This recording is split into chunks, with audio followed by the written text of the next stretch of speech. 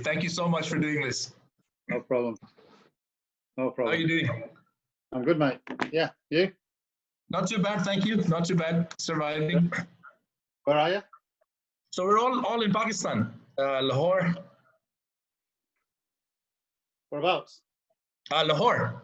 Lahore, okay. Yeah. I'm Lahore. from Bahrain, basically. Okay, so Aman's in Bahrain. All right, Yeah. okay. Bahrain? Yeah.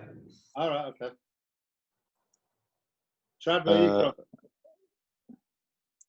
You can- Trad?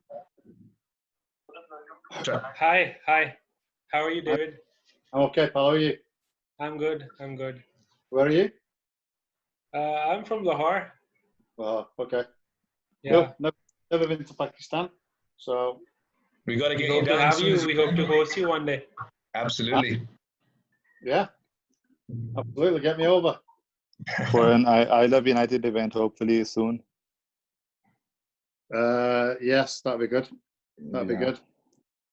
How's the lockdown over there? How are you coping with it? It's getting worse by the day, to be honest. It's last few weeks have been a bit tough. Yeah. Are you all on lockdown? Yeah, it's like a semi-lockdown. Most people who can stay in are, but a lot of people can't afford to because there's widespread poverty and issues like that. So they end up having to go out and do things like that, which makes it a little bit more difficult. Jesus, that's not good, is it? No, but it's. I think people are just trying to hopefully manage it now. You have periods where it goes down a little, but then it gets up, and then we're surrounded by places that have a real problem: Iran, China, India. So right in the midst of it. They've flown about 7,500 people back to the UK because a lot of people have come over for holidays to Pakistan. Yeah. So they've had, I think, the largest number of people coming back into the UK during this whole thing has been from Pakistan. I think they've had close to 50. Right. Because you got massive communities up north. Yorkshire, Lancashire, the Midlands, most of those places. So they've been flying people back. What about yourself? Are you still in Manchester? Yeah. Still here. Born and bred. So I've been very lucky. Not had to leave. So even when I was in Blackburn, I commuted, travelled over, drove over, then Burnley. So everything close enough. And you spent some time in Dubai as well, if I'm not wrong. I was going to do, but that all fell through. So okay, so you didn't end up going there. I actually went there for a month, and then family stuff at home changed it all, so we ended up staying at home. So, okay, well, it's not too bad. Yeah. So Ismaeel, you want to David. start? Yeah, David, we're live right now. First of all, thanks for agreeing to come on the show. We had Lou Mackay last week, and David May, obviously United legend this week. So it's been big for us and for football and United in Pakistan as well. So thanks for coming on. And, no problem. We'll start up with your initial years and your transfer to United. So how did that come about? How did it come about? Well, obviously I was at Blackburn as a kid. Yeah. I had what was it? 9 years as a schoolboy YTS professional, and then United played Norwich away, probably Christmas time, and at the time Matt Robbins, who used to play for United, had played for United, who was playing now for Norwich. He told me that United were there watching us, so he said introduced me to the chief scout, Les Kershaw, and basically that was it. Les asked me what was happening with my contract at Blackburn, and I said nothing, not been offered anything. He says, well, how do you fancy joining Manchester United?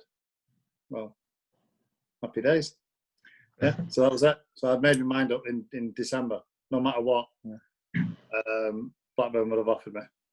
You don't get many chances to join United, so there's no chance I was going to let it slip by. Yeah, but at the time, Blackburn were also at the top or near Yeah. the top. So was the decision a bit difficult for you? No, not at all. No,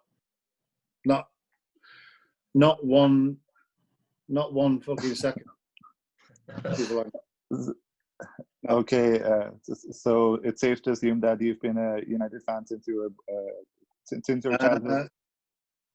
Do you know what? I used to go watching City as a kid. Yeah. But I also used to go watching Oldham, Bury, Rochdale. But everybody associates me as a City fan, really. But I probably spent more games watching Oldham or Bury and Rochdale combined than I did for watching City. Okay, and as you know, David, these days, before a player signs for a club, he seeks different kinds of assurances like playing time, subs appearances, and every kind of stuff imaginable. So, did you seek any assurances regarding the playing time or anything like that, or you were just happy to go to United? Absolutely nothing at all. Just show me the pen, give me the contract. That was it. I didn't even speak to the club about money. I left that to my agent. Has anyone been to Old Trafford yet? Yeah. Yes, we have. Yeah, so across the road from Old Trafford, probably about half a mile away, is a place called the Trafford Arms, United pub. That's where I actually went back to speak to my agent. He said, "This is what they're offering you." Within 2 minutes, we're back in the car, we're going over, done, signed the deal. 1st of July. That was okay. It. And how long did you have to wait for your debut, and how were the nerves before kickoff? Well, I think I signed the first all contracts start the 1st of July and 30th of June. So I was probably, as United had just won the double that year. So I would say it was about the 10th, 15th of July when everyone comes back pre-season.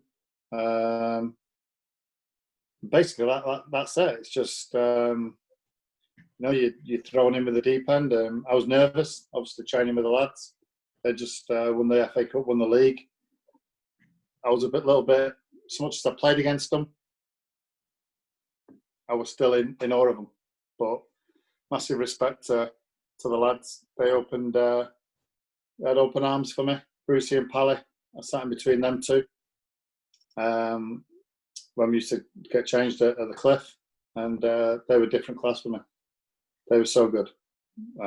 Obviously, Brucey knew that I was there to replace him, but I can't thank Brucey enough for the way him and Pally were towards me.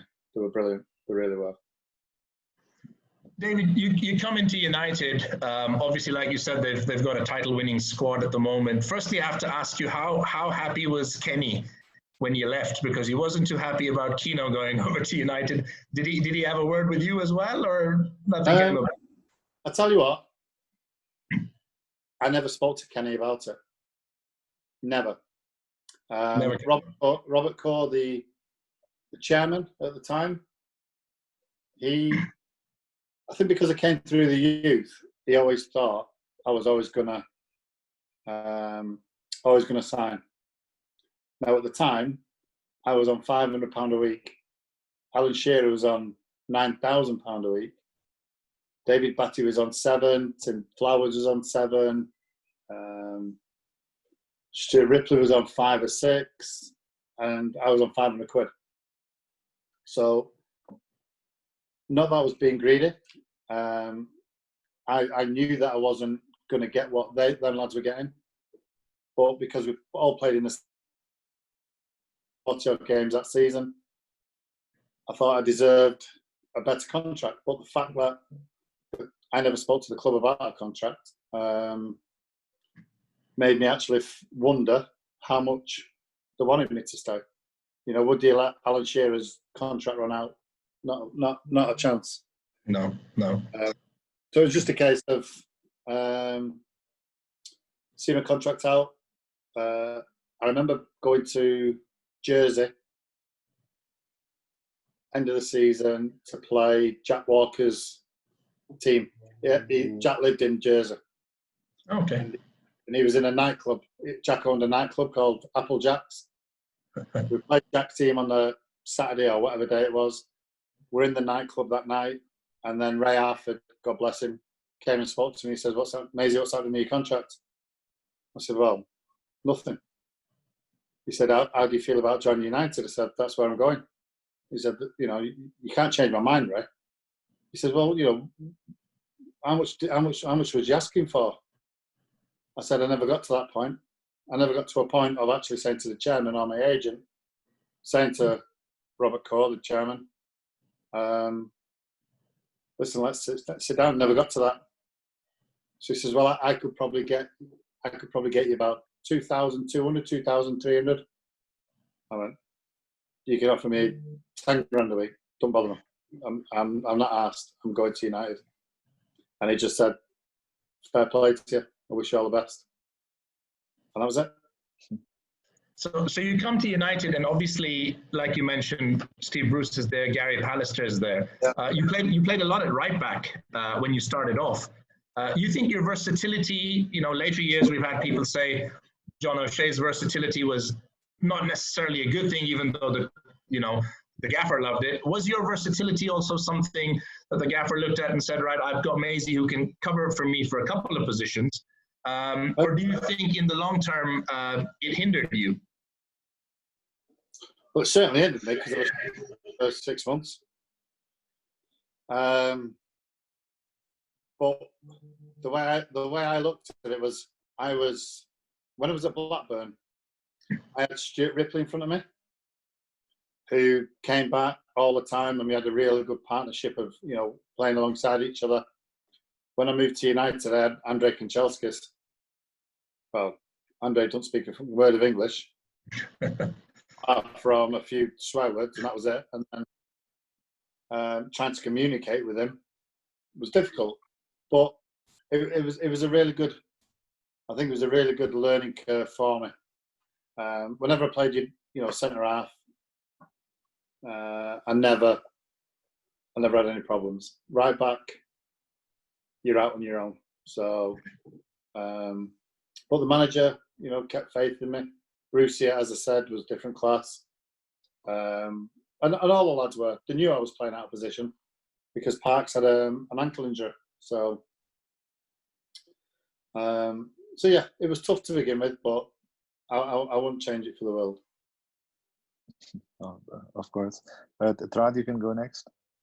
All right. I'll jump ahead and I'll go straight to the treble winning season. Now, if you look at the What about fixtures, Go on. I'm most interested in the treble winning season. No disrespect to all other seasons, but you know, this is what fans aspire to have watched, considering us younger fans didn't really get to watch most of the 98-99 season.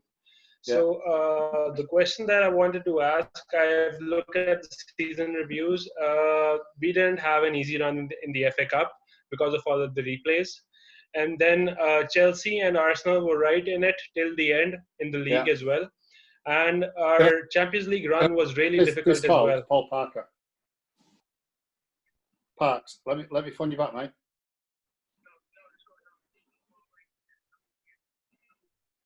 It's two United legends. Right, okay. No, I can't. If you call 7, I'm just on a Zoom call, mate. Brilliant. Cheers, Parks. See you later, Paul. Sorry, boys. Sorry, go on. Yeah, so we didn't really have an easy, league run as well, with Arsenal and Chelsea being there for the league till the end. And then we had very tough fixtures for the Champions League as well. So at what point did the squad suddenly have this realization, this belief in themselves that, we are going to do the treble, we are going to win everything we are in for? And, at what point did they all start believing in each other?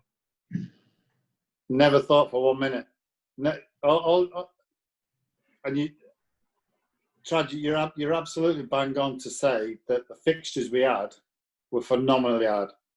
You know, Bayern Munich, Juventus, Bayern Munich twice, Juventus, Milan, Liverpool, Arsenal. You couldn't have got a more difficult season. Spurs last game of the season. So everybody gets asked that question so many times, all the lads, did you ever think of the treble? We didn't. So much as, because I think because of the games the way they were, last game of the season was Spurs at home, so we had to win that. That was more important than the FA Cup and more important than the Champions League final. You put that to bed, then you go into the FA Cup. The FA Cup was probably an easy game. It was never under any doubt. And then maybe then you think, maybe then, but I very much doubt it anyone thought, I certainly didn't, of, wow, we could win the treble there. No. Until, and you know what, even now, so much as it was an unbelievable achievement, it was a case of, yeah, we've won the treble. And we celebrated after we won the league against Spurs. We celebrated after the FA Cup, and then we celebrated after the Champions League. So you can imagine, 20 lads celebrating. As much as the FA Cup was a little bit more party after it, was a little bit more subdued, obviously, because on the Wednesday you've got the Champions League. But no, the manager used to say, whenever you win anything, go out and enjoy it.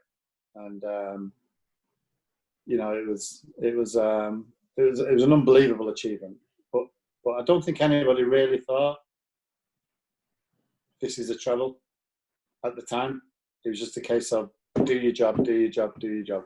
Those 3 games, that's the season. The season came down to the last 3 games. And probably the game against against Arsenal, probably decided how that season was going to go. Had we lost against Arsenal, they'd have probably gone on to win the FA Cup and probably, maybe, you don't know, gone on to win the league. But you never know. But it was good. It was great, actually. So, David, you played alongside Eric Cantona as well, and you played in that infamous match where you Kung Fu kicked a fan as well. So, yes, you scored in that game. Actually, so scored in that game as well. You scored in that game. Yeah, the first league goal. Yeah. Okay, so how was the reaction in the dressing room, and what did Israr say after that? Well, the actual game itself was Tuesday, Wednesday, blustery in January, and playing at Crystal Palace, Selhurst Park. It's not a nice place to play. Pitch is bobbly, it's windy, it's raining. And we managed to go. Well, I'm not sure how did Eric get sent off first? Yeah. And then we scored. Yeah. So you see what happens. Eric does what he does. We go 1-0 up, and then all you can think is see the game out. We've got the 3 points. Let's get back up the road to Manchester. But Southgate scored late on in the 85th minute, whatever it was. So it was devastating because obviously we were chasing Blackburn and neck and neck for the title. But you're more interested about actually what the manager's going to say to Eric. But when we got into the dressing room, Eric was sat in the corner. Eric had already got changed, sat in his suit. And the manager came in and he just started ripping every single player to bits.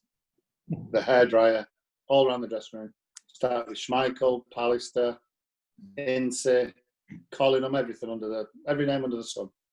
And then he comes to me and he says, "And you, where was you when Southgate scored?" So I said, "I was marking Richard Shaw." "Well, he's marking fucking Southgate." And he's frothing and he's steaming. And it was Eric. So I said, "Well, Eric were marking him." So now you're thinking, because he's had a go at every single lad, you'd expect that he'd have a go at Eric. And he turned to Eric, and Eric sat there with his blazer on. And he just said to Eric, "Eric, can't be doing things like that, son." And then he turns around and starts having a go at Coley, starts having a go at Sharpie, starts having a go at Andre or whoever else, all the other players, and you're thinking, hold on, Eric's just two-footed a lad in the crowd. He's battered him, and all he can say to Eric is, "Can't be doing things like that, son." Lads are absolutely gobsmacked. But it was a surreal moment. So many times you want to do something like that to people in the crowd. Only Eric could do it. Incredible.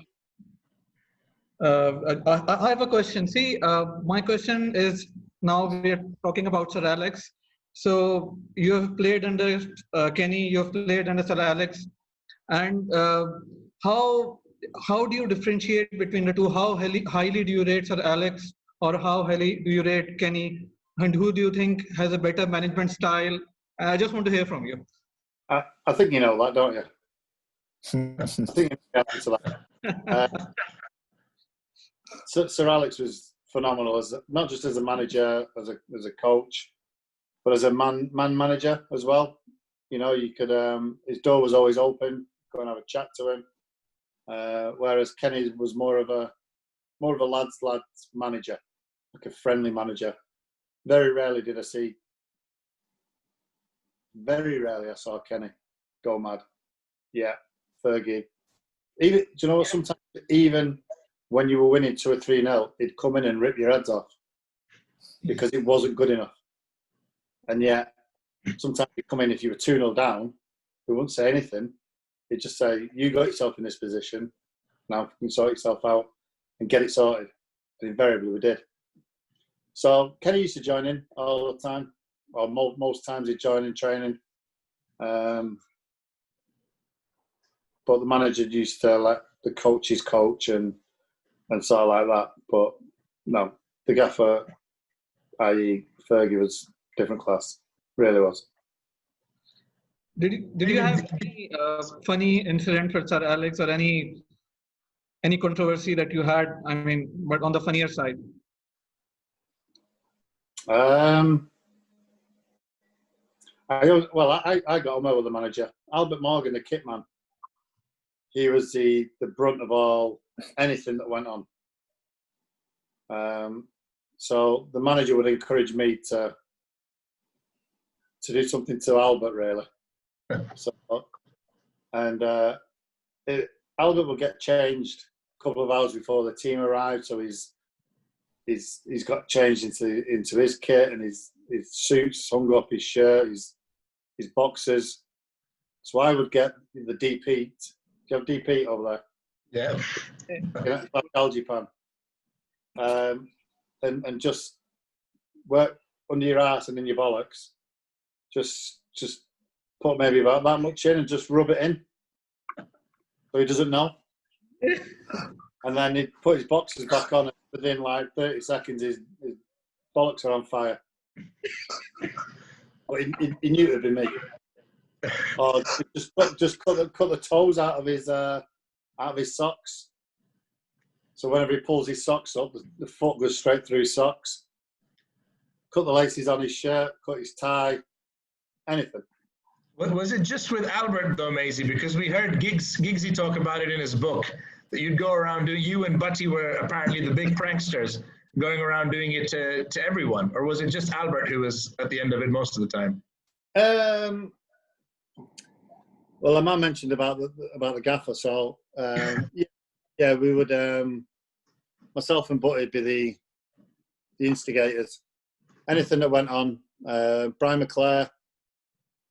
I put a raw fish in his boot under his spare tyre, just so that eventually after 2 or 3 days or 4 or 5 days, the smell would become disgusting. Unbearable, yeah. Yeah. Stupid things, but just things that we used to do that amuse us. David, if I can ask you about Eric and the FA Cup final against Liverpool, you know, piece of magic. You know, he just creates that goal out of nothing. And then, as you mentioned just a little bit earlier, that Sir Alex was a little bit different with him.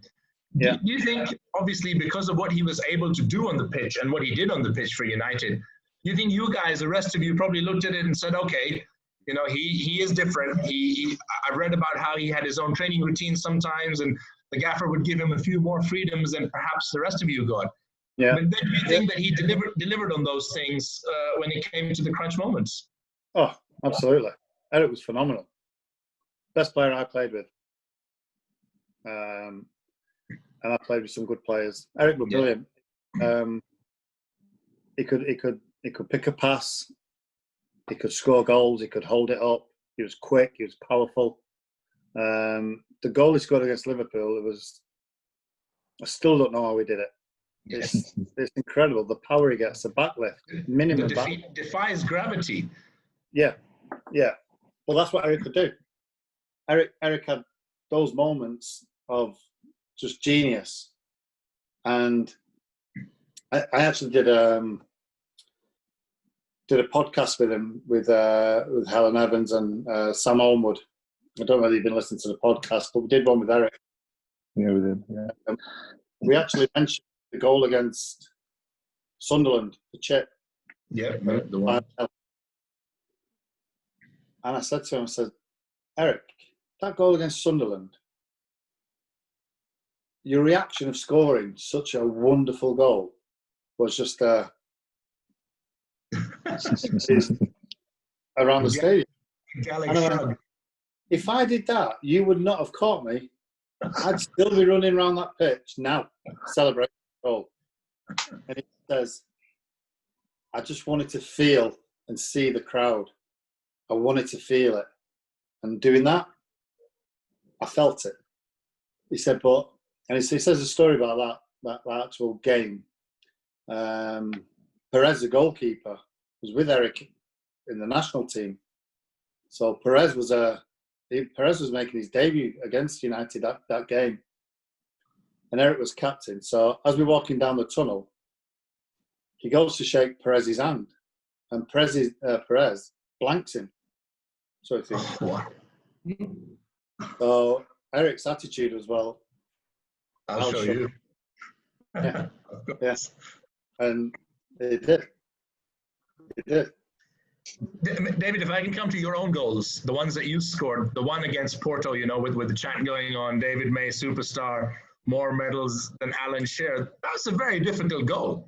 That's not an easy goal. You're almost prone on the ground. Yeah. And you get the goal and you get the ball rolling. You scored against Middlesbrough, was it, when you scored the first one when we went on to win 3-0 and wrap up the title? So was it a case of you scoring important goals? Was it something different in those games where you'd go up, or was it always a case of you going up doing the same thing? Exactly the same thing. I wanted to score against everybody. No, the Porto game was 4-0, and I wouldn't say they were favourites, but they're the really, really good team coming to Trafford. And the fact they had a centre forward called Mario Jardel. Yeah. Score goals for fun. He was scoring goals for fun in Porto. Now, playing in Portugal and playing in England are two totally different things. But Porto rested him because maybe they thought, well, we'll be good enough. So after 26, 27 minutes where it was, and we go 1-0 up, I just remember Big Pally coming over the top of us. I was about to head it, and Pally come and smashed us. And it was just an instinctive thing, that. So I managed to smash it to the roof of the net. And then Eric got the second goal just before half time to make it 2-0. Giggsy then scored the third, and Coley scored the fourth. And Coley's fourth, Eric played an unbelievable ball down the line with the outside. That doesn't get any credit. It was a phenomenal outside of the ball, outside of his foot. And then we go to Porto, and it was a case of stick or bust. We're 4-0 up, the game's won, but you just had to make sure that, you know, first 20 minutes, keep the crowd quiet and stuff like that, and you'll get through, which we did. Middlesbrough is a little bit different. Brian McClare, I roomed with Brian McClare that night. And Chucky said to me, just as we were walking out, he said, "You'll score the first goal today." I was 66-1. I You put money on it. well, we're not allowed to. But at 66-1, I wouldn't have minded it. But my dad did, my brother did, a few mates did.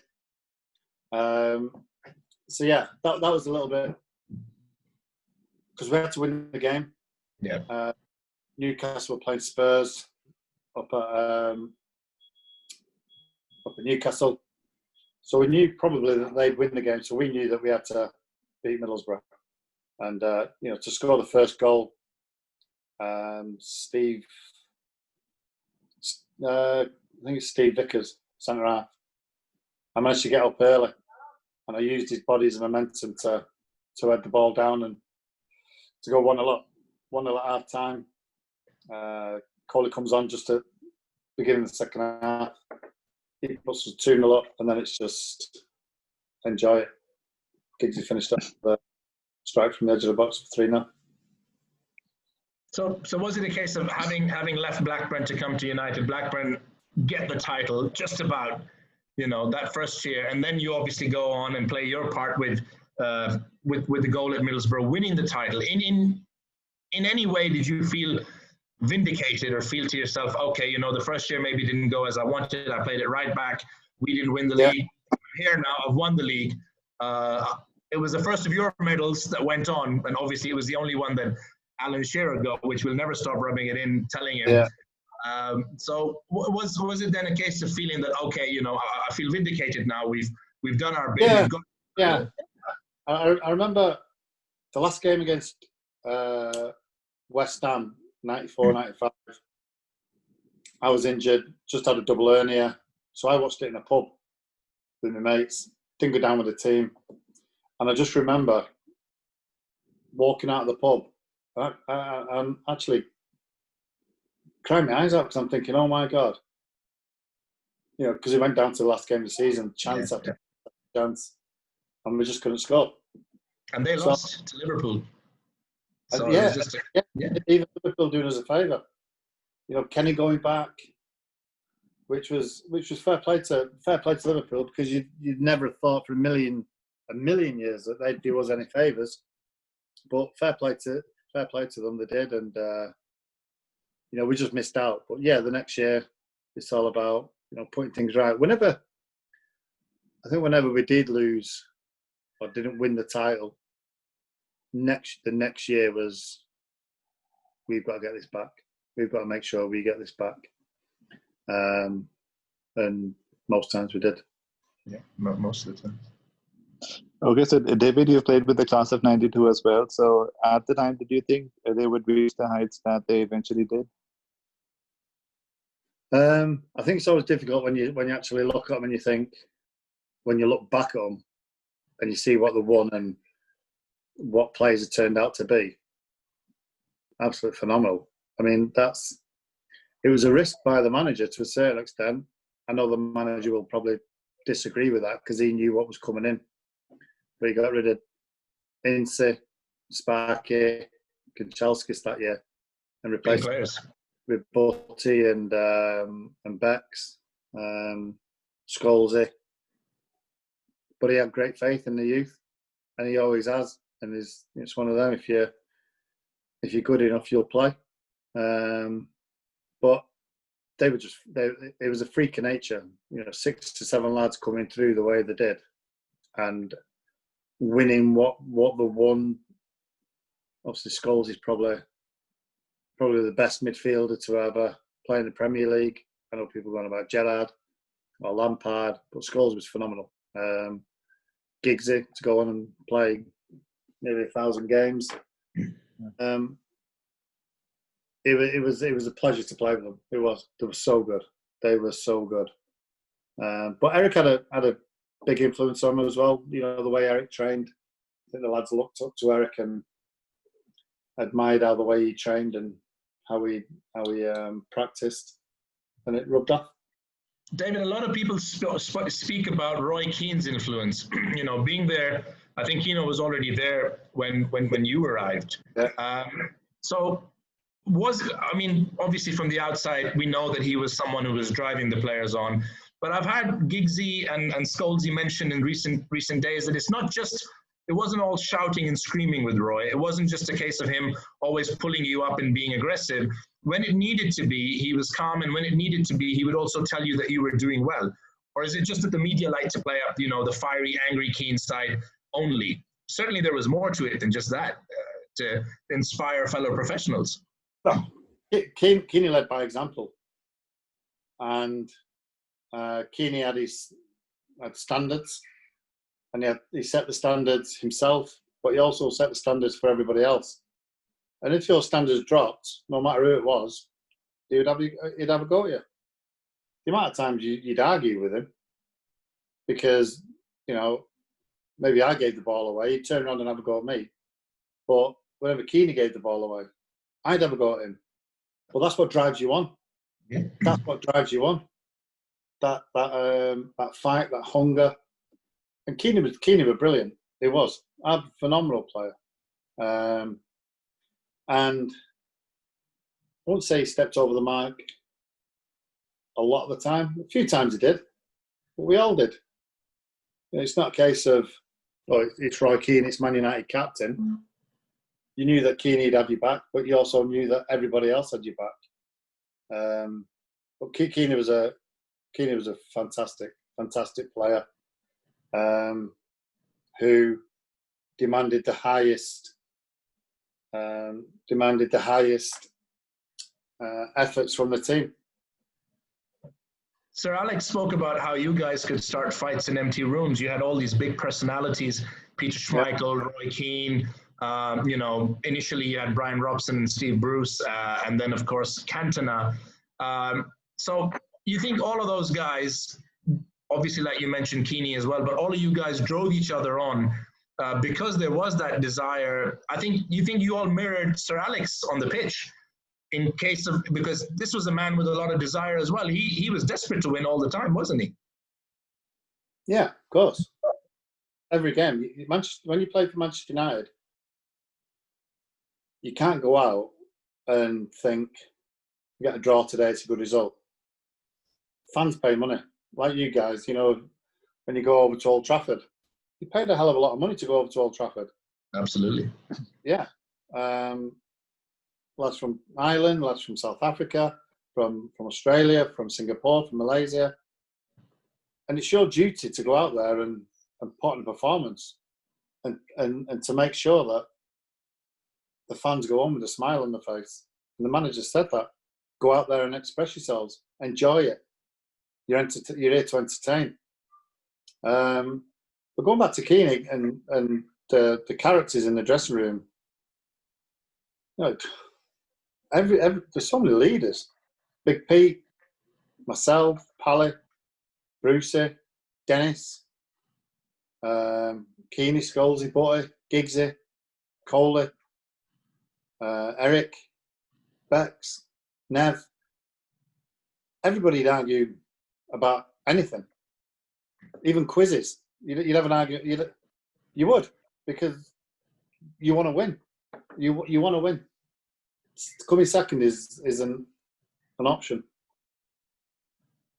And if I can just ask you, sorry, just one last thing, David. A lot of younger people, they look at Bex and they think, okay, celebrity hairstyles. They think about, the pop star, obviously all the fame and the good looks. But that was one exceptionally good player. You played with him.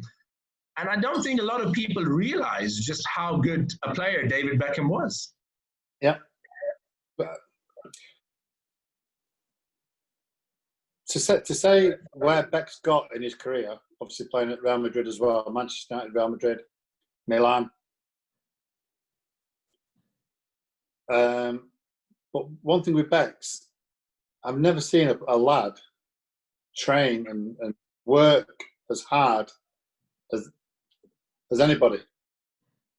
And you guys don't see it. Nobody sees it. All you see is the end product of when you cross that white line on a Saturday, Sunday, Monday, whatever it is. So you only ever see that end product. But when you see Bex after training, and he'll take 50 free kicks, 60, 70 free kicks, and he'll do it the day after. He'll do it the day after. Then he'll take free kicks out wide, crosses. And you think, how does he do it so many times in so many good areas? Because he practices. And any young kid listening to this, it's a case of, if you want it enough, you'll get there. But you've got to practice and practice and practice. Not just football, whether it's cricket, tennis, whatever it is. If you've got your hands on a football, there's no excuse. So you've got to practice as much as you can. And that's what Bex did. That's what Bex did, day in, day out. Day in, day out. And he had a fantastic understanding, him and Gaz down the right. And them two, they were like brothers every day training. Yeah. One would overlap, the other would overlap, and just crosses into the box. And it happened every day. Amazing. Okay, so David, if we move to the present right now, so we've had the 3 managers sacked in recent times: David Moyes, Van Gaal, and Mourinho. So, in your opinion, how were their performances, and were United right to sack them, or should they have been given more time? Truthfully, I think the David Moyes. So much as David Moyes was a good manager at Everton, he's going from a corner shop into running Harrods. That's how big it is. You can have a corner shop, you're all comfortable, but then you go and get the keys for Harrods, and it's like a totally different world. I think David Moyes' biggest problem was getting rid of the backroom staff, bringing in his own staff. You could have had the backroom staff probably still on board to guide him, because it is a massive ship that you're taking over. It's huge. You don't realise how big Manchester United is until you're in it, and you think, wow. Like, you guys don't know how many fans are in Pakistan or in India, but globally, I think there's a tenth of the world's population. A tenth of the world's population are United fans. You find them in every corner of the globe. Yeah. So I don't think David Moyes did himself any favours with getting rid of those, Mickey Phelan and Jimmy Ryan left, and a couple more. Yeah, you've got to do your own stuff, but I thought that was a mistake. And it was always, I think it was always going to, don't forget, you're following the most successful manager in British football as well. So it's always difficult to follow. So he didn't last long. Louis van Gaal came in. I enjoyed Louis. I thought he was a great character, great for the club. But his football wasn't exciting.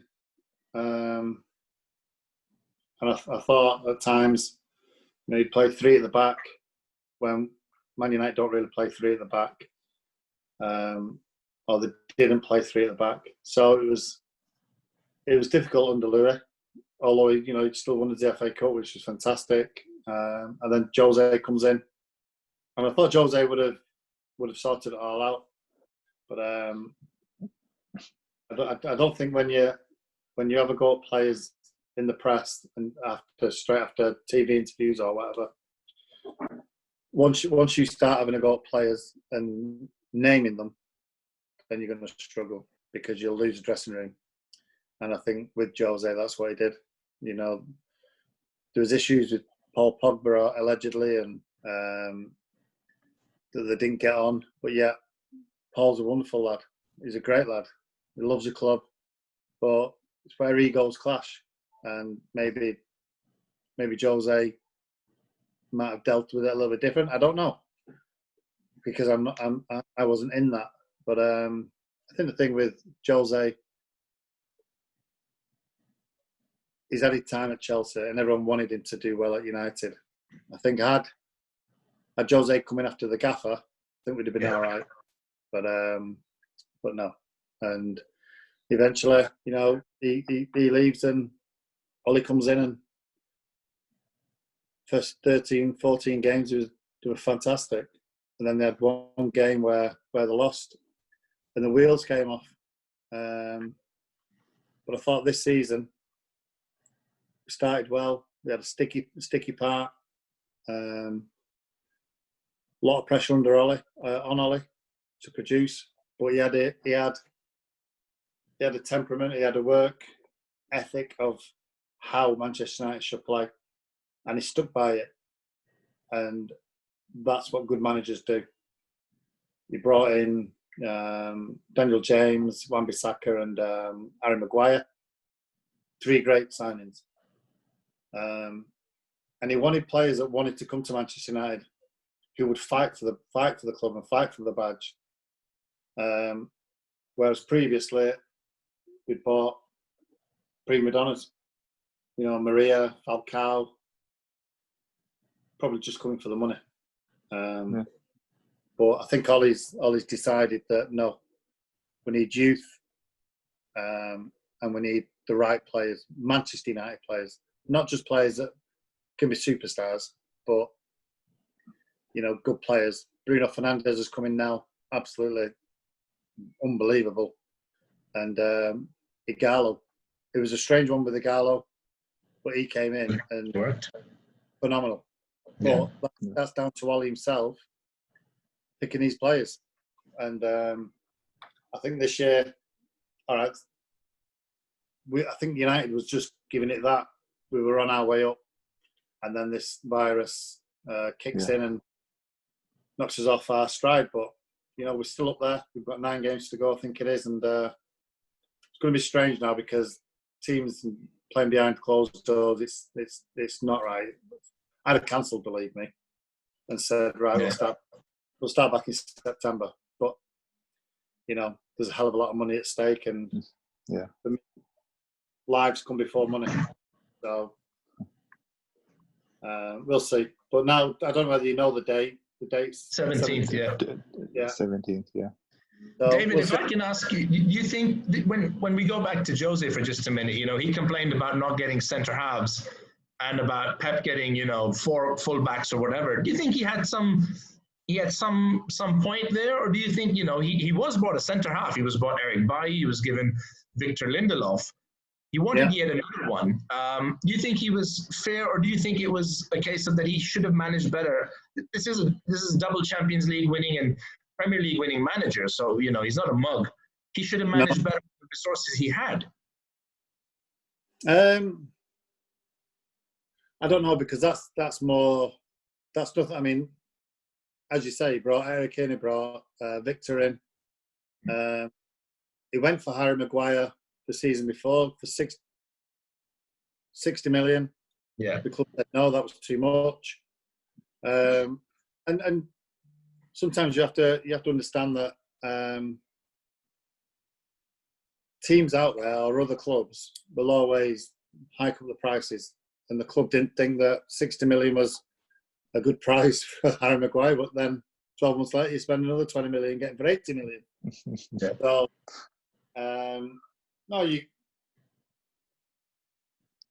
Jose spent a lot of money. Yeah, he did. So, you know, it's down to him then to get the players in, which he did, is to then mould them into a team. I think what Ollie's done is got the right players in and he's moulding them into a force. You know, if Pogba stays, which I really think he will do, you know, him, Bruno, Scott McTominay, Fred, Matic in there, that's solid. We're solid at the back and we're frightening going forward. If we could get Sancho, something like that,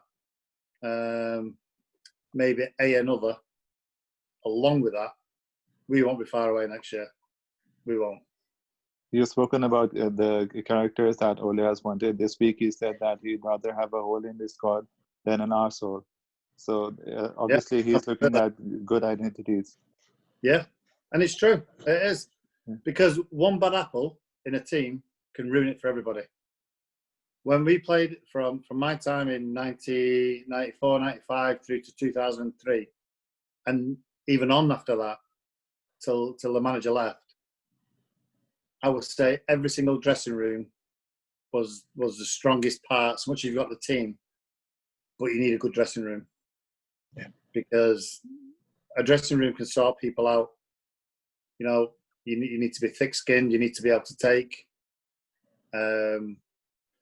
stick off your mates. And if you've got a good dressing room, I'd say you're more than halfway to getting there. And watching the lads train, listening to them, talking to them.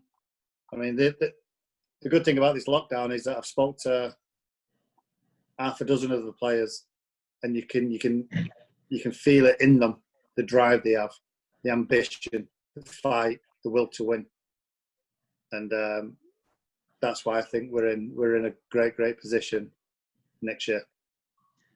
Maisie, if I can just ask, as we start winding up, firstly, of course, again, from all of us, I can't tell you how happy I am right now to know that I'm talking to you. I saw almost all the games in the treble season. Obviously, I'm a lot older than the rest of the lads, as you can see from my hair. It was just brilliant, watching you guys and the way you went after December. And I had people telling me every single game, United are not going to win nothing. Never mind the league and the FA Cup. And the Champions League. People would tell me, no, you guys are spent force. It's Arsenal, Chelsea, Liverpool is on the way back. You guys are going to do nothing. So thank you for all of those memories. But when you look back and you have us singing, David May's superstar, more medals than Alan Shearer, which is true. Do you ever get to talk to Alan about it? Because sometimes we see Alan on the telly and, it's a bit strange between him and the United fans because obviously at the time he was brilliant. We all wanted him. He got to go home and play for the club that he loves. When you look back at your career and what you achieved in the game, when you made that move in 94, because back when United is a strong rivalry too, and at that time they were both teams on the up. You look back, did you envision any of this when you came in at that time? No. Sometimes it's like every morning, I don't know whether you watch MUTV, but we do a show every day. Next Friday's our 50th show since lockdown. So the last, 10 week, is it 8 week, 9 week, whatever it is. So every morning I get up and we have an half an hour chat myself, Wes, Danny Webber, Ben Thornley and Stuart Gardner. And I honestly think that I am one of the luckiest people ever. There's not many people that play for Manchester United. No. Through their history. There's not many people who played in FA Cup finals, won the Premier League, played at Old Trafford week in, week out. And I feel absolutely blessed that I've done that. And when I speak to people like yourselves, or when I go to Malaysia working with United, or anywhere, the love of United is massive. It's incredible, and without you guys, Manchester United wouldn't be the club it is. So much as you're thanking me, I want to thank you and everybody else in Pakistan following Manchester United, because we're not just a team. We're a family, and I just want to thank you for getting me on and having an hour's chat. It's been really good. Unbelievable. Okay, so David, we've had 10 seconds of another United legend join our call. So will you be able to put in a word to him for us, Paul Parker? To Parks, I'll speak to him because I'm going to speak to him in the next 10 minutes. Yeah, no problem. David, one last question I'd like to get in is we've heard a lot about the Sir Alex Ferguson hairdryer treatments. So I'd like to ask what were those like? What was the player's reaction at the time it was happening? What were the reactions after it happened? And what would you actually, pick up points like and laugh at each other like he said this to you and then he said this to you? Yeah. and make it all fun for each other later on. How was it?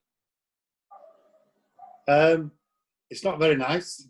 I mean, people going about Sir Alex Ferguson's hairdryers. They didn't happen that often. It wasn't week in, week out. But you knew when he was going to snap. And that was a time when you just never, ever get eyesight with him. Keep your head down, have your drink, and that's it. But if he starts on you and you look up, or if you look up and he catches you, then he's onto you. And that's when he's in your face, little white bits here, frothing, and it's not nice. It's not nice at all. And sometimes you see the lads behind you, behind the gaffer, laughing. And you're trying to keep your face while you're getting the biggest bollocking in your life. So, yeah, there's that. And then, Kiddo was brilliant. Because Kiddo would just turn around and go, Maisie, Pally used to get it all the time. And he just said, Pally, Maisie, don't worry about it. You know what? You used to call him the Fiora. Yeah, you know what the Fiora is like. Don't worry. But it was all after, it was everything that happened was only after one thing, and that was to get the results and make sure you win. But it's not nice. Not nice. Tell you that now. Yeah, we've never been a part of them, but we completely understand.